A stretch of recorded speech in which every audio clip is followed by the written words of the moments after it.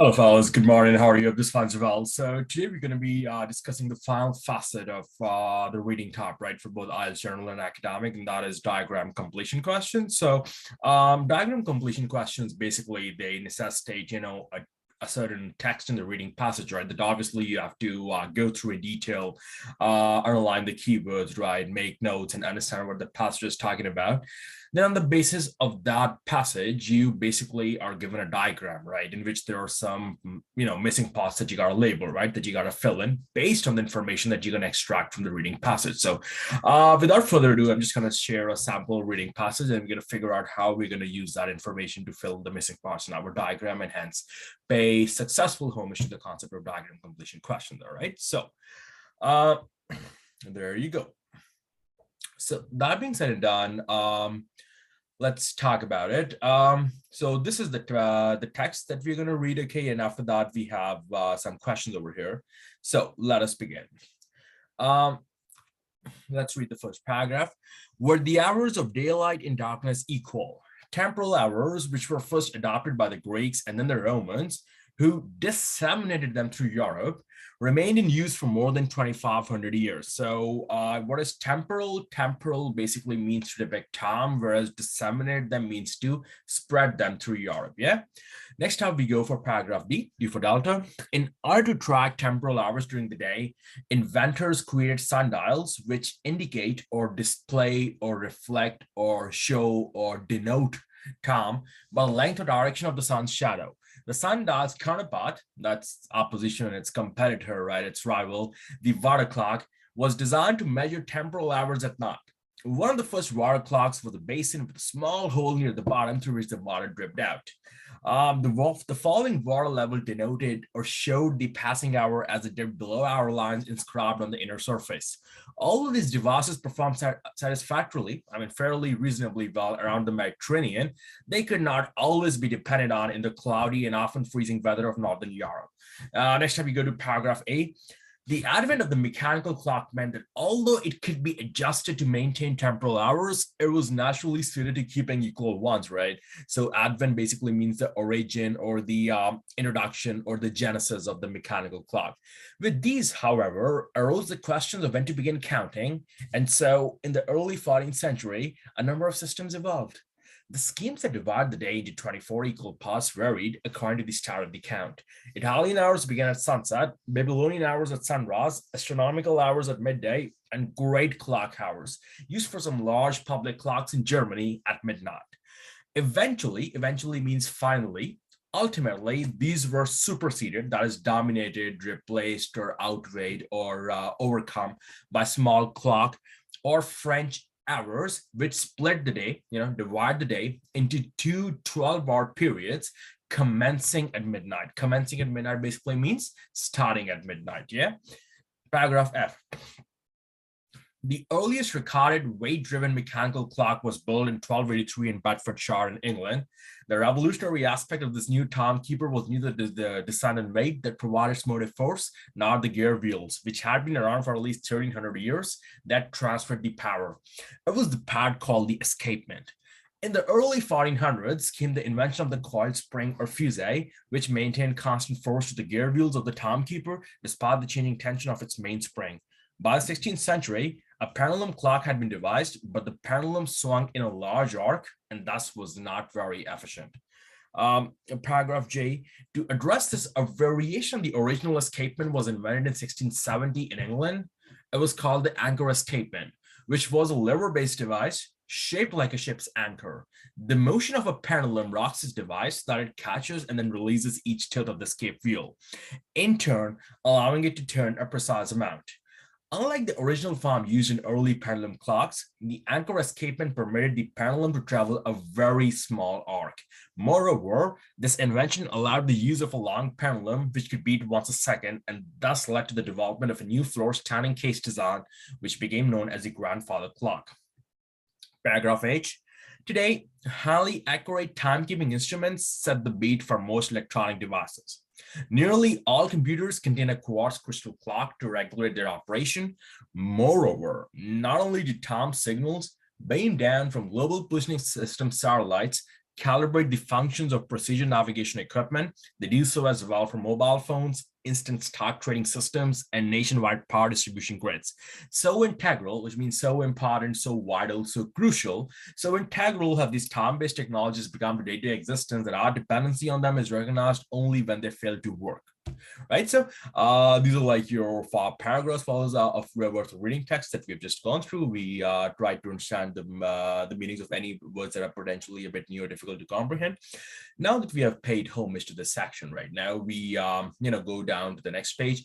This is the question part, right? So questions 9 to 13. So in total we have this diagram, right? We have given this diagram, and we have to label the missing parts, right? 9, 10, 11, 12, 13, right? So let's look at our instructions first of all, right? Because once you read the paragraph and once you read the passage in depth, the second most important thing follows is to focus on the instructions, right? Know the context in which you have to fundamentally express your answer. So the instructions are saying to use no more than 2 words from the passage for each answer. So no more than 2 words means you either write 1 word or you write 2 words, okay? So write your answers in boxes 9 to 13 on your answer sheet. To question how the 1670 liver-based device worked, right? It's very pertinent and it's very what you call beneficial to make sure, to focus on your heading, right? So in this case, this whole, the whole missing information basically corresponds to the working of the 1670 liver-based device, which is important. Why? Because I told you, right? Diagram completion questions, the answers are always going to be coming in chronological order. And if you just look at this passage that we read, right? Obviously, I'm going to go up in a while. But if you look at the way, I read the passage, you'll see that it's being mentioned in chronological order. Each paragraph, corresponds to a later time period, right? So in this case, we're just going to go up and see where there's a mention of the term 1670 liver-based device, right? So paragraph E, that's in the 14th century. Paragraph F, 1283 in Bedfordshire. Paragraph G, yeah, there you go, 1670. It was called the anchor escapement, which was a liver-based device. So my relevant information regarding the answers to the questions that I have to provide, right? It's starting in paragraph G, and since the answers are going to come in chronological order, therefore the above paragraphs, they can be scrapped. They become potentially irrelevant per se. So मैं जो हूं आपके लिए सिर्फ paragraph जी और paragraph H को refer करूंगा अपने आंसर्स को एक्सट्रैक्ट करने के लिए. So first of all, as you can see, this is the structure, right? And even if we just employ a bit of rationale and common sense, right? This is this looks like a pendulum, right? I'm sure most of us have seen pendulums, right? Either in our homes, in the homes of our guests, or somewhere in a public place or in a museum or something, right? These big thingies that just keep on swinging and stuff. So this is a scooper. There's this device that has been mounted, and then there's some stuff over here that we have to label. So now that we have tracked the paragraphs where we're going to potentially get our answers, now that we've understood the headings, the subheadings, and have gone through the passages along with comprehended the instructions, next up we just need to start labeling the missing parts. So this structure, right? This this sort of structure, right? It's an escapement. Resembling. What is the meaning of resembling? To resemble something. Basically, किसी चीज की तरह दिखना. To match something, to be identical to something, to be shaped similar to something else. In other words, to be reminiscent of something else. REMINISCENT, right? So, paragraph E. To address this, a variation on the original escapement was invented in 1670 in England. It was called the anchor escapement, which was a liver-based device shaped like a ship's anchor. Shaped like a ship's anchor means identical to a ship's anchor in terms of design, similar to a ship's anchor, or resembling a ship's anchor. Okay, like I said, fellas, IELTS is going to be all about paraphrasing. You got to make sure you are good in terms of that, right? So escapement, resembling, what's the number 9 is going to be ship's anchor. SHIP''S, ships, anchor, ANCHOR. Okay, please make sure that you note down the spellings carefully. An incorrect spelling constitutes as an incorrect answer. Okay, and now that we have this, right, then number 10, right? We need to find out what it is, right?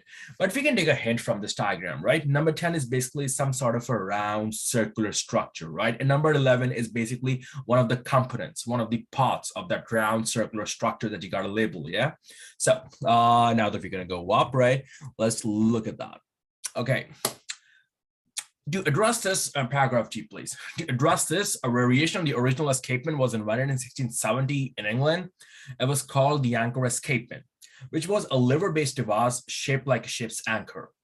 The motion of a pendulum rocks this device so that it catches and then releases each tooth of the escape wheel, in turn allowing it to turn a precise amount. Okay, so from there we infer that number 10 is the escape wheel, not the, because the has already been mentioned over here, so we're simply going to stick with escape wheel. ESCAPEWHEEL, escape wheel. All right, number 11, right, it's already been mentioned, obviously. Then by the same time, it's, since we have identified that this whole circular structure is an escape wheel, so 11 is basically like one of the components of that, escape wheel, right? So let's see what it is. That it catches and then releases each tilt of the escape wheel, in turn allowing it to turn a precise amount, right? So number 11, right? We know what it is, but some people are going to be asking at this stage that, Hamza, is it going to be tooth? Is it going to be teeth, right? You see, just remember one thing. Tooth is singular, T-O-O-T-H. Teeth, T-E-E-T-H, that is plural for us, okay? In this case, the arrow is just focusing on one component, not two, not three, not multiple components. I repeat, the arrow is just focusing on one component. Therefore, आप कह सकते हैं say that the emphasis is on singularity.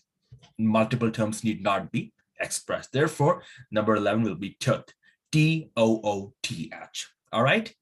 Then finally, coming down to 12 and 13, right? This is a structure that kind of looks similar to a pendulum, right? But still, let's come to the information in the passage. A dash which beats each dash. A dash, so this is device, it has going to have a certain name. We're going to write that down, which beats each dash after a certain amount of time, right?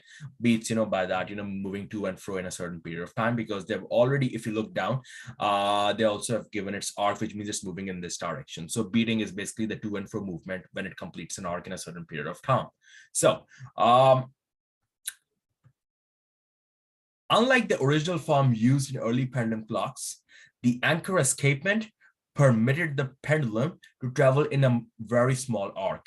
Moreover, this invention allowed the use of a long pendulum, which could beat once a second, and thus led to the development of a new floor-standing case design, which became known as a grandfather clock. So, long pendulum, which could beat once a second, right? So, a long pendulum, which beats each second. All right. Now, आप लोग सोचेंगे कि like should we write pendulum or should we write long pendulum, right? Now, fellas, if you write pendulum, it's okay, it's not wrong. लेकिन मेरी आप लोगों को तजवीज़ यही है कि where you have the instructions of expressing two words, तो आप पूरे के पूरे two words में express करें, right?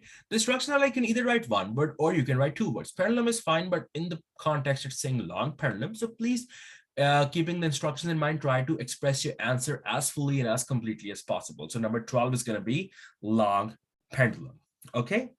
And then number 13, that is going to be which beats each second. So SECOND. So just to recap, number 9 is ship's anchor, SHIP''S''ANCHOR. Number 10 is escape wheel, ESCAPEWHEEL. 11 is tooth, TOOTH, singular, emphasis on that. 12 is pendulum, long pendulum, though I prefer you go with long pendulum, LONGPNDULUM. Number 13, second, SECOND, second, each second, which beats every 1 second. So second, if you write seconds as in plural, that's going to be wrong. Okay. So, singularity, plurality, that is very important. Okay.